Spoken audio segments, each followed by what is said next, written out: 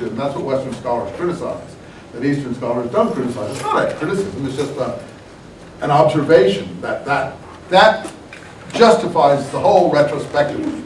In other words, anything the scholars finally agree on cannot be in error. It's sort of like the infallibility of the Pope doctrine.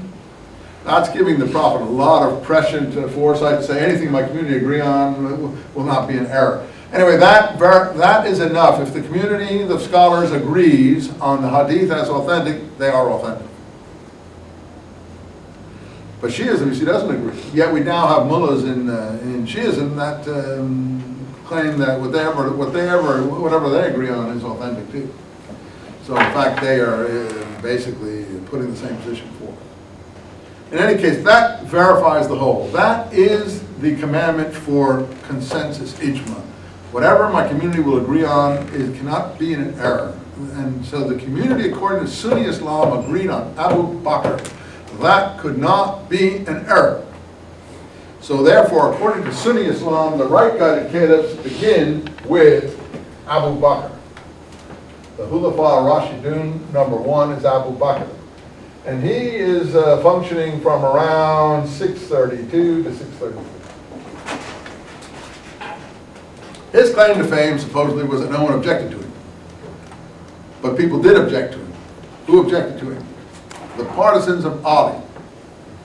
And that's where, who was asking me, are we going to do Shiism? Who was that? Okay, that's where the Shiite dispute starts right there. What do the partisans of Ali say? The partisans of Ali, the Shia, the party of Ali. Shia means party. It's not called this at this point, but it becomes it. Shia means party of.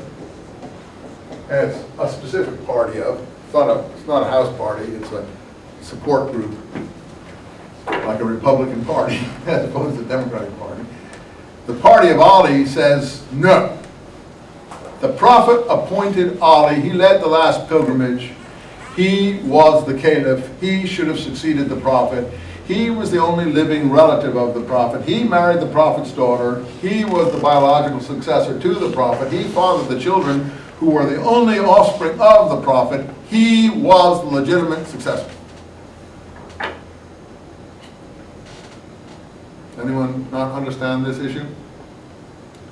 So we have a family succession, which is a normal kingship type of situation, imperial situation, as opposed to a tribal, democratic, quasi-democratic consensus situation.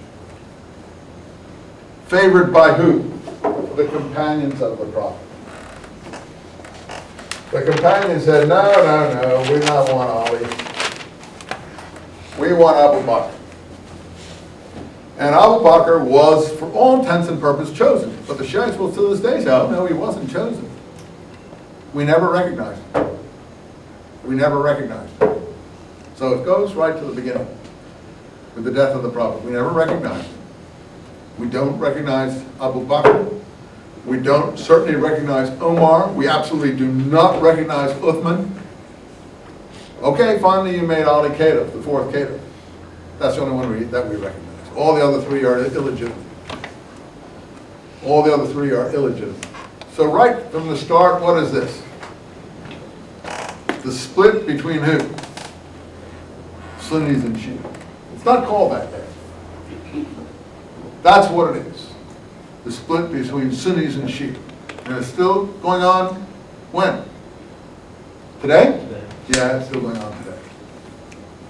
Because these groups have gone far afield, have descendants, have entrenched themselves in different places, and don't worry, they're never going to settle it.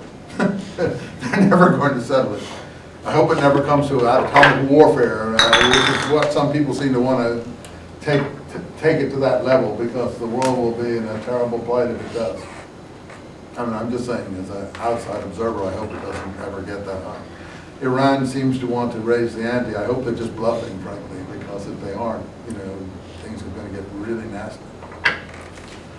That's why the Iran thing is so important at the moment. People don't understand what's going on, but these are very, very deep things, and this is not a joke.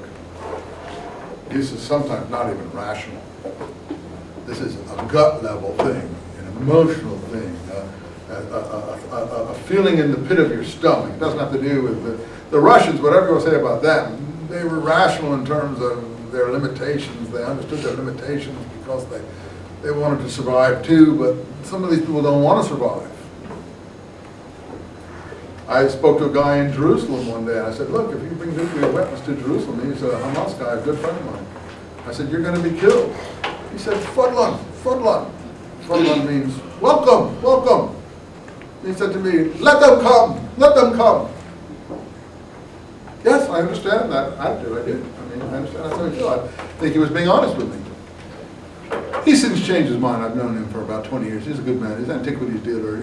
He ran through some difficult times, but that's what he said when I first, I knew about Hamas long before I hit the newspapers, because he was a good friend of mine, and we used to sit and talk, and we used to chat about these things, and he loves me, I know, and I like him a lot, and he treats me like a brother even today. And I go, he treats me like I'm some long-lost kinsman, and he's a very sweet, gentle person. But on these issues, these are like stuck in the pit of his stomach. These are not rational things, these are emotional things. And so where the Russians, you could expect maybe Khrushchev would back down. It's never going to happen with some of these situations. That's why the situation that's coming in the world is going to be extremely,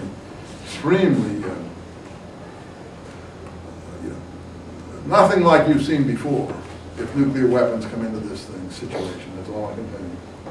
And I'm someone who knows about the Middle East. Sorry to have brought that aside. I just want to tell you that these things are emotional, deep. We're talking about the Sunni-Shia split. It's not going to change. It's not going to change. The Shiites are not going to become Sunni, and the Sunnis are not going to become Shiites any more than the Protestants are going to become Catholic. In fact, the Protestants are more likely to become Catholic, and the Catholics are more likely to become Protestants, although, no, I can't see the Catholics ever becoming Protestant. But then the Shiites becoming Sunni. And that's what's going on in Iraq today, and that's what the Bushis didn't anticipate. And personally, I don't think it makes any difference whether they anticipate it or not.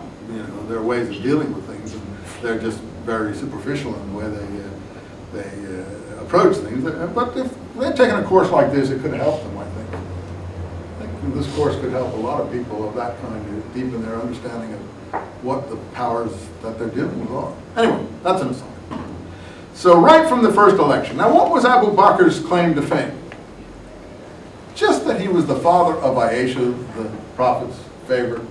She was a child bride, I think around 13 or 12 when he married. And